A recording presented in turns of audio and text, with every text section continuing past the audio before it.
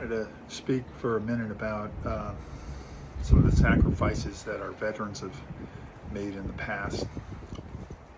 I'm currently wearing the same issue hat that my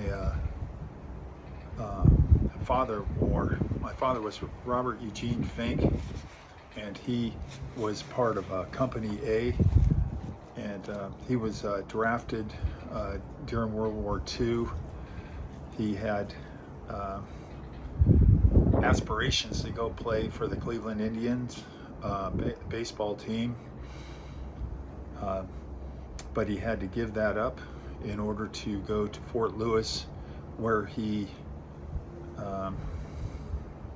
arrived in January 1943 and trained for nearly a year and a half before going to Normandy on July 13th, 1944. When he got there, he was one of 5 people that were given a Sherman tank, and they took off,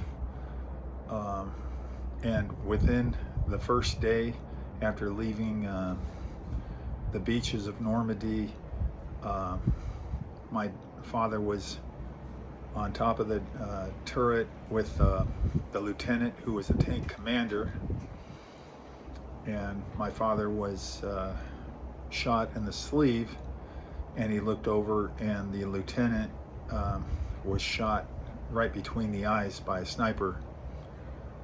This was apparently on the road to St. Lo, which was their first battle a few miles inland. My father was 6'5". He had to go. He had to be in this Sherman tank for approximately 7 months, engaging in battle several times. It was a great loss to them to lose the lieutenant. After that, my father, Robert Fink, became the tank commander. He went from corporal to sergeant, and he wasn't exactly thrilled about it after seeing what happened to the lieutenant. They had to take a cook to be a loader, and because they were short one position, and that's how they proceeded. And it was a few months later that they went over a mine and their tank blew up. They had to climb out from underneath that tank, crawl through a minefield, and they went through a gate, and in that gate their cook and their gun loader was the last one to go through, and my father was the first one to go through the gate. And for whatever reason, the cook tripped something in the gate that exploded, and causing the lower part of his body to be completely blown away. And at that point, he screamed for his mother, and my dad couldn't do anything. These experiences were something my dad never talked about until he was nearly 88 years old. I can understand why they're horrific events. He likely suffered post-traumatic stress for years and years. He had a lot of demons that he fought from the war. He apparently, during that, when that mine blew up, he had blood that ran from his ears, and everybody else in the tank had the same thing, where they had blood come from their ears, some of them from their noses, from the percussion from the bomb. They had to, they were given another tank after that, and they proceeded to engage in several battles. Eventually, they arrived at the Battle of the Bulge. My father served in the 3rd Army in Company A under George Patton, and they were pushed along pretty rigorously. Every one of them was taxed physically when they were, as it became colder, they struggled to stay warm.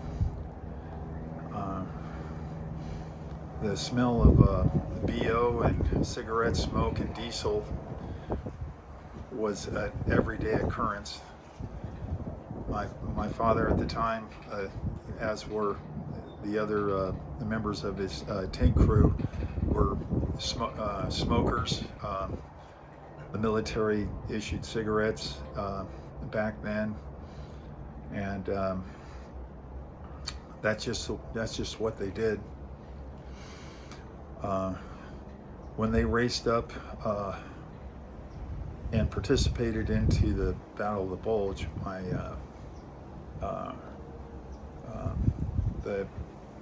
the turret, they took an 88 from a Tiger tank that blew off the turret from their tank.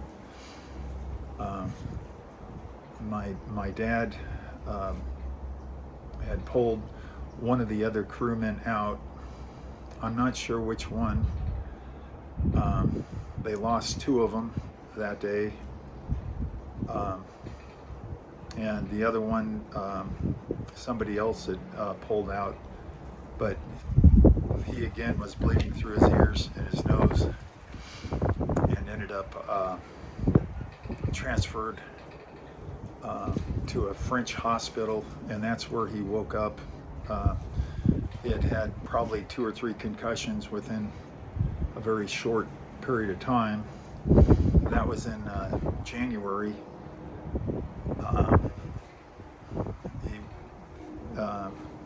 Because of his injuries, he didn't participate in the liberation of the concentration camps, which was likely a blessing for him, because many of the other members of the Company A and Company B and Company C participated in the liberation of those camps, and they, as I understood it, they were never the same after they witnessed what had occurred. But I have here from my dad's company a list of the casualties, and these were all people that he trained with that gave their lives, and many of them wounded, and many of them suffered life-changing injuries, lost legs, lost limbs. I just say this, all this, that there was such great sacrifice in World War II. There was equal sacrifice in the Vietnam War and Korean War and World War I. And I think many of my themes have been about the truth, and I think we all owe it to ourselves in the political world that we're in today, that it's incumbent on us to find the truth and to defend the freedoms that these brave men fought for. In my dad's Company A, there were roughly around 35 to 40% that were either wounded or killed. That's a great price to pay for young men that had all the aspirations of life, that were in their 18, 19, 20, 21, 22 years old.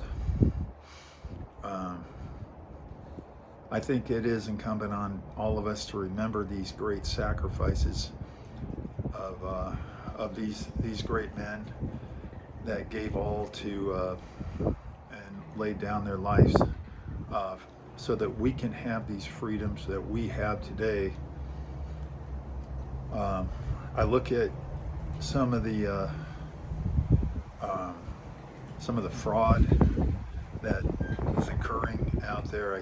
I see people taking advantage of the freedoms we have in this country to exploit the system. I see people that are voting that aren't even citizens of this country. I see in the 2020 election, I saw all the irregularities that occurred and the fraud. That's not what these men died for. We don't honor them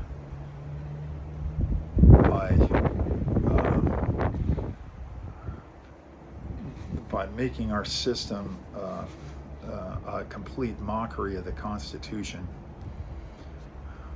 In this country, U.S. citizens should vote. We should have fair and honest elections,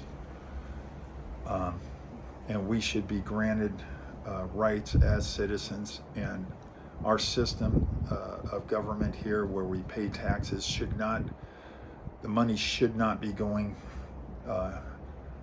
to fraud just so that a political party can have more votes and more power and more seats in Congress. That's in my estimation, it's treasonous. Now, I've arrived at this conclusion that this is all occurred by my own research. Can I be wrong? Of course I can be wrong. I don't think I am. I've seen the nature of the people that are perpetuating acts of fraud out there, and the people behind them, and the money coming in to support it all, and it all adds up.